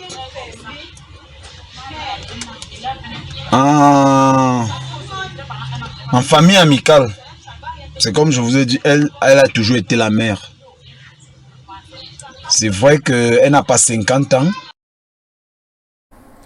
Oui, on voit votre ami qui n'arrête pas de parler de vous en tant que femme entrepreneur. Vous vous levez très tôt, il a dit. C'est une particularité que toutes les femmes entrepreneurs ont de toujours se lever très tôt, de ne même pas dormir. Oui, c'est une obligation Parfois. en fait. Ça fait partie de l'organisation. Tu te réveilles pas tôt. Tu vas pas pouvoir te réveiller à l'heure où peut-être monsieur est censé partir au boulot. Non, tu dois te réveiller plus tôt. Tu dois lui faire à manger, tu dois faire son café, t'occuper de l'enfant. Donc, elle se réveiller très tôt, c'est une obligation. Ça fait partie de l'organisation. Alors, on va lire un message. Bonjour, Madame Roséma Empire. Est-ce que l'entrepreneuriat féminin s'oppose à l'entrepreneuriat masculin? Ça revient encore cette question. Ah oui, on a oublié la question tout à l'heure. Non. Non. Non. C'est du pareil au même. Il y a une parité, selon vous? En fait, je ne sais pas s'il y a une parité, mais je pense qu'il devrait avoir une parité, en fait. C'est la femme fait là-bas, l'homme fait là-bas. Donc, je ne sais pas pourquoi est-ce que on doit parler d'opposition, non. En fait, ça devrait être une sorte d'association pour que ça marche mieux, oui. Pour ma part, c'est ça. D'accord, on devrait concilier les deux. On devrait concilier les deux. D'accord. Bonjour le studio, vous êtes très ravissante les dames. Merci. J'encourage bien le point de vue de Mademoiselle Prudence. Comme ton nom, tu valorises pour cette jeunesse femme qui doit être dans ton cadre de vision que de chercher à être des influenceuses et vulgaires pour faire partie d'un couple. Benjamin depuis Edea. Voilà, on revient sur le cas des influenceuses. Alors on va prendre la vidéo suivante. Bon, si on pouvait définir en un mot l'expression dame de fer, je fais référence à Prudence avant. En réalité, c'est ce genre de femme qu'on croise rarement dans la société avec un caractère d'homme. C'est très difficile de vivre avec elle a vraiment un caractère d'homme. Et vous savez, quand une femme a un caractère d'homme, c'est un peu au-dessus même de certains hommes. Et quand on dit Prudence, moi je pense simplement à cette mineuse qui c'est vraiment une locomotive dans un groupe, c'est elle qui emmène les autres. Quand elle décide de lancer Rosé Mampi, Rosé Mampi, bien évidemment un hommage à notre maman qui s'appelle Rose et au papa qui s'appelait Emmanuel, par son âme, elle a dans les noms, d'où le nom Rosima. Quand elle décide de lancer Rosima, je m'attendais à ce qu'elle fasse uniquement dans le domaine des vêtements. Mais à ma grande surprise, comme elle ne se contente jamais de faire les trucs à moitié, elle a décidé de se lancer dans la nutrition, dans la vente des produits électroménagers, dans le cosmétique, vraiment, et dans le vêtement aussi. Et elle va bientôt aussi se lancer dans plusieurs autres domaines. Tenez-vous prêts, en partenariat avec plusieurs structures comme Apenza, où elle prend directement son poivre, par exemple. Et ah oui, il est en train de divulguer un secret. Là, divulguer un secret carrément. Vous avez lancé dans un nouveau partenariat. Le petit frère est du tout, il dit tout. Avec le caractère d'homme, il a parlé que vous avez un caractère d'homme. Alors, on va prendre la dernière vidéo avant de continuer. Hello, Prudence avant. Belle femme charismatique. Hein? Si on me demande de parler de Prudence avant, en quelques mots, je ne saurais le faire, parce que pour moi, c'est tout un livre. Mais si on me demande de décrire Prudence avant en quelques mots, je parlerai de dynamisme, je parlerai de bonté, de persévérance, de détermination, de charisme et même de prudence. Prudence, pour moi, est un modèle de vie. C'est une dame de fer. Après avoir effectué ses études à l'université de Yaoundé de soir, elle s'est lancée dans la vie active, job à gauche et à droite, concours par-ci par-là, mais le résultat attendu en fait n'a pas toujours été positif. Alors un jour elle s'est dit, si la structure dans laquelle je travaille vient à fermer ou on vient à me virer, que vais-je faire? Les concours c'est pas trop ça. Et moi, sincèrement, j'aimerais bien travailler pour mon propre compte. J'aimerais être mon propre boss. C'est là qu'elle commence à réfléchir, petit à petit.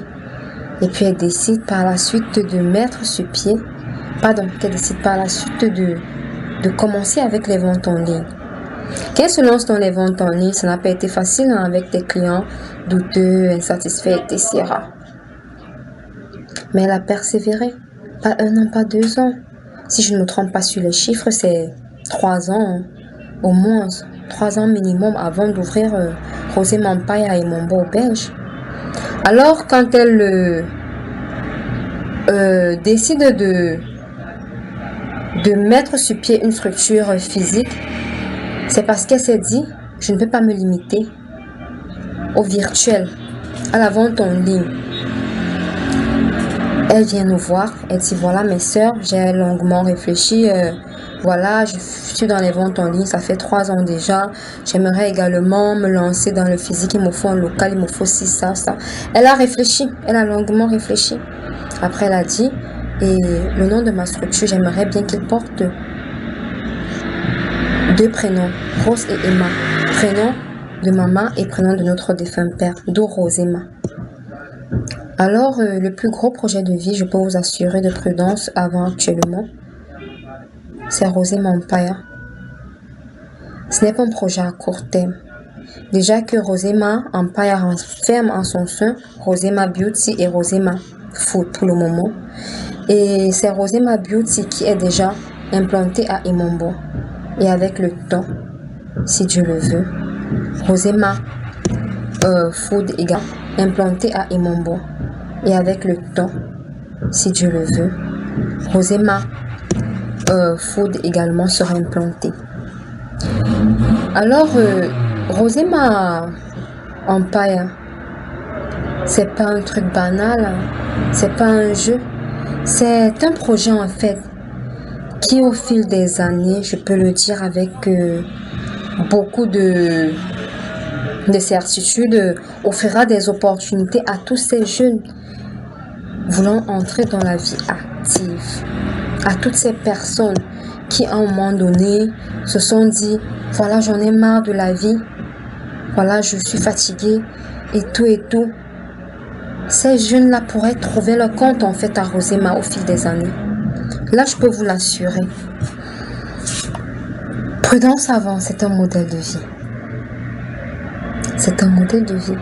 Pour moi, ce n'est pas juste ma sœur. Pour moi, c'est mon influenceuse, c'est ma star. Elle a beau être susceptible, elle a beau être imprévisible, impulsive, parce que là, c'est un autre côté. Mais c'est une femme battante qui sait ce qu'elle veut, qui sait ce qu'elle cherche et qui sait où elle va.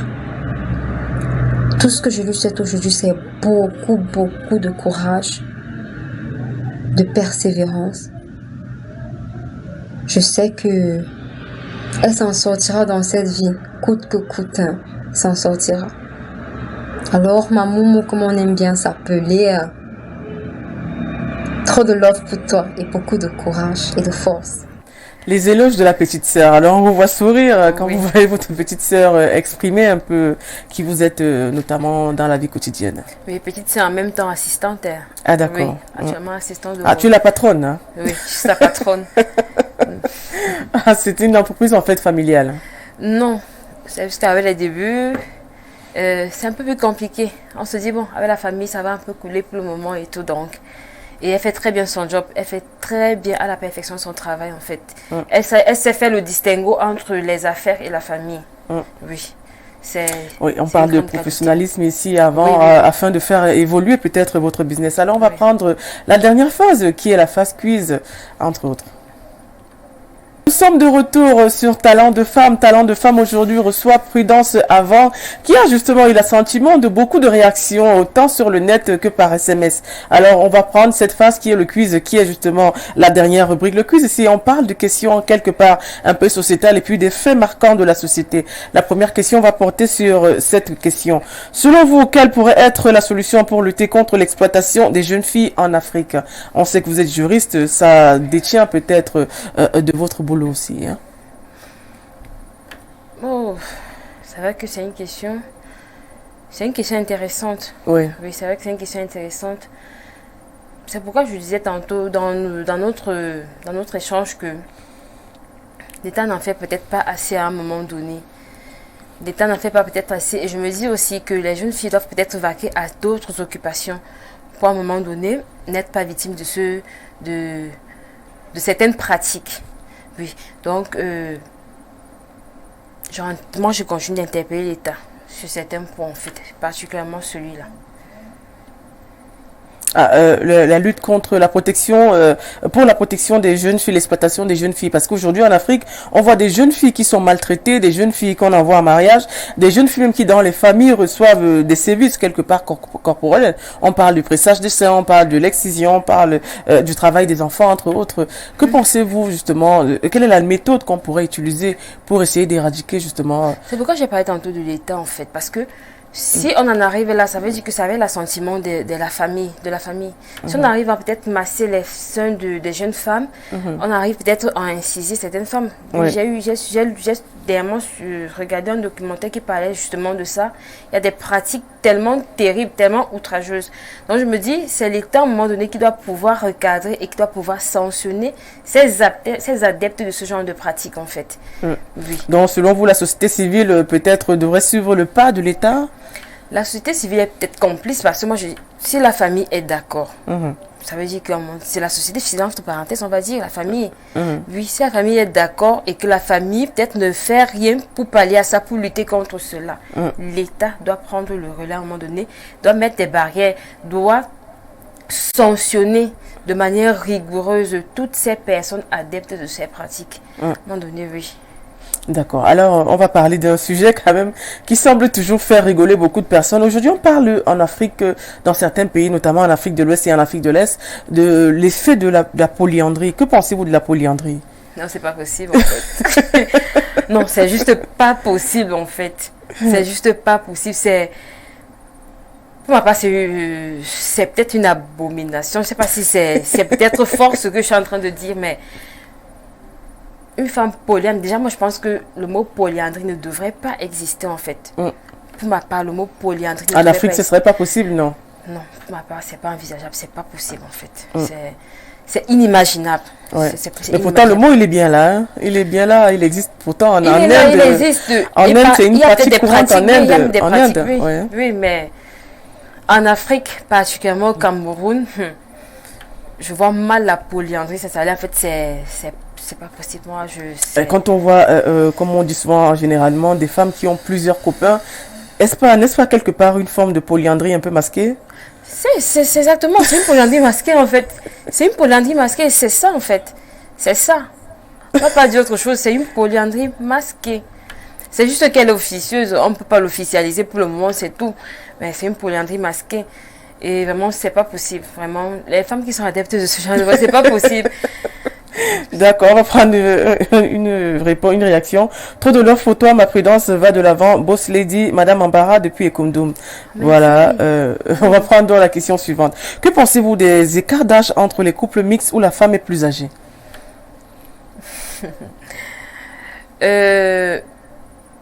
À mon sens, je pense que le plus important, c'est le bonheur. D'accord. Oui, le plus important, c'est le bonheur. C'est vrai que ça peut choquer. Ça peut choquer certaines personnes, mais mon bonheur à moi peut-être importe à un moment donné, plus que peut-être ce que la société va dire, plus que les regards. Pour ma part, je pense que le plus important, c'est le bonheur. Pour ma part, c'est ça. Vous n'êtes pas sur les idées préconçues, les jugements de la société, le rejet, le regard de l'autre. Ce qui est vrai, c'est que si on regarde tout ce qu'on va dire sur nous, si on regarde tout ce qu'on va faire, à un moment donné, on ne pourra rien faire. Donc, l'écart entre l'homme et la femme, et que, en fait, c'est la femme qui est plus âgée, c'est pas tuant. C'est pas tuant, en fait. C'est le bonheur qui est un peu plus important. C'est vrai qu'il y a des écarts qui peuvent faire peur. Parce que j'ai vu, par exemple, sur Facebook, dernièrement, un jeune homme d'une vingtaine d'années qui s'est marié à une femme de 70 ans. Il faut dire que là, quand même, ça suscite beaucoup de réflexion. Oui, ça suscite beaucoup de réflexion. Oui. Mais il y a des écarts qui sont facilement tolérables, qui sont facilement gérables. Donc vous pourrez tomber, bon je dis pas que vous allez le faire, amoureuse d'un jeune homme de 21 ans, 22 ans Non, je pourrais pas en fait. Je pourrais pas en fait. D'accord, ok. Le principe c'est que la femme soit moins âgée que l'homme. Pour ma part, c'est ça le principe. Mais maintenant, il y a des dérogations, il y a des exceptions qui peuvent faire que voilà. Oui. On trouve un peu de tout dans la société. Il faudrait se l'accorder aussi. Alors, on va parler du domaine de la santé. Aujourd'hui, on voit des enfants qui sont un peu déformés, qui ont des paralysies et puis tout le corps a des problèmes. On appelle souvent ce genre de cas la trisomie 21. Alors, que pensez-vous de cette anomalie, je crois, chromosomique aujourd'hui? Parce qu'il y a justement un combat qui est mené récemment. Il y a eu, même ici au Cameroun, il y a une association qui a mené une sensibilisation là-dessus. Il y a souvent un rejet face à ces enfants qui naissent mais qui n'ont pas demandé à naître, mais qui ont cette maladie génétique. Ils n'ont pas demandé à naître, comme vous l'avez dit. Ils n'ont pas demandé à naître. Le premier soutien, le premier encadrement qu'ils devraient avoir, c'est de leurs parents. De leurs parents. Je pense que l'amour le plus important, en fait, c'est l'amour que notre famille peut nous donner. Et le premier amour, c'est l'amour des parents. En fait, on ne devrait pas les rejeter. Ils n'ont pas demandé à naître dès qu'ils sont nés. J'en connais qui souffrent de cette maladie. Ils n'ont pas demandé à naître. Ils n'ont pas demandé à naître. Je ne sais pas pourquoi est-ce qu'ils devraient être rejetés. Je ne vois vraiment pas. Tout au contraire, je pense qu'ils ont besoin d'affection. Ils ont besoin d'attention. Ils ont besoin qu'on les prenne au sérieux. Qu'on sache qu'ils sont également des êtres humains. Quoi qu'on dise, ce sont des êtres humains avec beaucoup de problèmes, avec beaucoup de défauts, mais ce sont des êtres humains. Alors aujourd'hui, on parle, toujours dans le même domaine de la santé, on parle du nanisme aujourd'hui, des personnes de petite taille. Que pensez-vous du nanisme aujourd'hui? Parce que certains même se sentent toujours un peu stigmatisés. Il y a eu des cas où il y a des réactions, d'autres se disent un peu écartés de la société, dans notamment les sphères de travail. Ils n'ont pas droit au poste, à certains postes comme la police. On voit pas des gens de petite taille accéder à certains de ces emplois. Que pensez-vous aujourd'hui du nanisme dans la société? C'est pas, ça rentre toujours dans le cadre des personnes qui naissent avec des difformités. Avec des déformations physiques. Ces personnes ne devraient pas, en principe, être rejetées. Mais je pense qu'il y a des concours qui exigent une certaine taille. Par exemple, la police qui exige une certaine taille. Bon, je ne sais pas trop pourquoi. Parce qu'une comme moi, peut-être, je ne pouvais pas à un moment donné faire la police parce qu'on considérait que je n'étais pas assez grande. Ces personnes ne devraient pas en principe être rejetées, mais je pense aussi qu'à un moment donné, c'est peut-être pour leur sécurité. Peut-être ça peut être pour leur sécurité. Et je pense aussi que le rejet peut-être de la société à un moment donné ne doit pas être un frein à ce que nous voulons faire. Oui. À un moment, je vois, il y a des nains qui se démarquent très bien. Il y a des nains, j'oublie peut-être les noms, mais il y a des nains qui se démarquent très bien, qui font dans la comédie, qui font dans la vente, il y en a qui se démarquent très bien.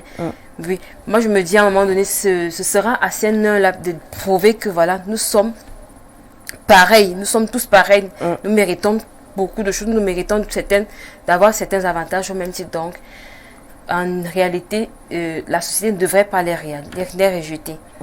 Alors, on va sortir par là. Aujourd'hui, on parle de la vie chère, on parle de la guerre en Ukraine, entre la Russie et l'Ukraine. Qu'avez-vous comme regard face à l'augmentation de tous les prix des denrées alimentaires, entre autres, même de l'essence, du carburant? Aujourd'hui, on parle d'un phénomène mondial. Vous, en tant que juriste, quelle est l'analyse que vous faites? Il y a des domaines qui devraient être touchés, qui sont forcément touchés. On nous a par exemple dit que le blé, la farine de blé provenait de la Russie. Là, c'est normal. Mais maintenant, je me pose la question. Il y a des secteurs qui sont touchés, comme par exemple le secteur de la tomate. La tomate a quoi à y voir, par exemple, avec la guerre en Ukraine? Je pense qu'à un moment donné, les gens font dans l'amalgame, les gens mélangent tout, les gens en profitent pour se faire un peu plus d'argent. Oui, les gens usent de la mauvaise foi, parce que moi j'appelle ça de la mauvaise foi, les gens usent de la mauvaise foi pour se faire un peu plus d'argent. Alors qu'en réalité, il y a des secteurs qui n'ont rien à voir avec la guerre en Russie et en Ukraine. Oui.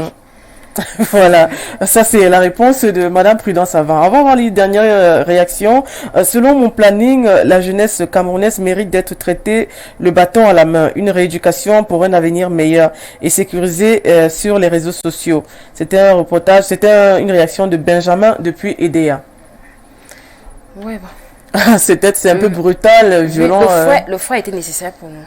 Non, on va quand même pas ramener le fouet. Le fouet, par exemple, a été nécessaire pour nous, mais je pense pas que actuellement le fouet est nécessaire pour nos jeunes frères et sœurs. Non. C'est juste pas possible à un moment donné parce que plus on en vient à peut-être les brutaliser, plus ils en viennent à être un peu plus. Je pense qu'on doit prôner l'éducation, on doit prôner la causerie, on doit prôner la sensibilisation, on doit prôner l'éducation. Donc, à mon niveau, à mon sens, je pense que c'est ce qu'il y a lieu de faire par rapport... selon vous, le fouet n'est pas nécessaire pour il n'est plus nécessaire. éduquer la société aujourd'hui? De la société ou les enfants? Ou la société, parce que c'est cette jeune fille, par exemple, à 17 ans, qui est influenceuse. Non, c'est pas nécessaire. Ouais. Pour ma part, vraiment, il y en a même qui disent non, c'est pas nécessaire. Parce que nous-mêmes, on voit ce qui se passe dans les prisons actuellement, ce qui se passe dans les cellules, on en vient à... Donc, c'est pas nécessaire. D'accord. Déjà, on arrive, il y a pratiquement au terme de l'émission. Mais avant de partir, Prudence, tu ne vas pas partir si vite. C'est toujours une tradition. Face à la caméra, tu vas donner, en tant que juriste publiciste, ton regard, en tant que femme entrepreneur, sur la femme camerounaise aujourd'hui, la femme qui veut se démarquer, la femme qui veut représenter Prudence avant, qui veut la ressembler. Aujourd'hui, quel est le message que tu donnerais aux femmes qui te regardent aujourd'hui à Talent de Femme? Que peut faire la femme aujourd'hui pour changer la donne, impacter son milieu, apporter un avenir meilleur à la jeunesse, notamment la jeunesse féminine aujourd'hui, qui quelque part se semble un peu perdue, qui semble un peu se mouler dans les déboires de la société. Aujourd'hui, face à la caméra, il y a Prudence avant qui nous donne un conseil. La femme, c'est la mère de l'humanité.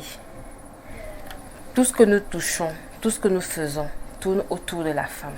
Alors, il est inadmissible qu'il y ait des femmes qui, jusqu'à ce jour, n'ont pas compris que l'autonomisation de la femme, c'est le summum. L'autonomisation de la femme, c'est la priorité. Femmes, levez-vous, réveillez-vous, battons-nous tout ensemble pour que demain, nous soyons hissés au sommet et que nous soyons prises et traitées à notre juste valeur. Ce que je peux dire à femme. Merci Prudence, merci d'être passée. Ça a été un plaisir de t'avoir ici et puis on espère te revoir bientôt, Prudence. Je serai enchantée, très honorée. Et puis beaucoup de chance pour la suite de tes activités avec Roséma Empire. Voilà, la jeunesse aujourd'hui, faites comme Prudence avant, allez de l'avant, travaillez dans le privé, créez des emplois, soyez des personnes modèles pour la jeunesse. Ne vous égarez pas car aujourd'hui vous êtes l'avenir de demain. La jeunesse apporte beaucoup pour le développement d'un pays. Ne restez pas cantonnés, notamment sur les réseaux sociaux, comme il faut le rappeler, et puis dans ces divergences d'opinion où on ne reçoit réellement aucune production.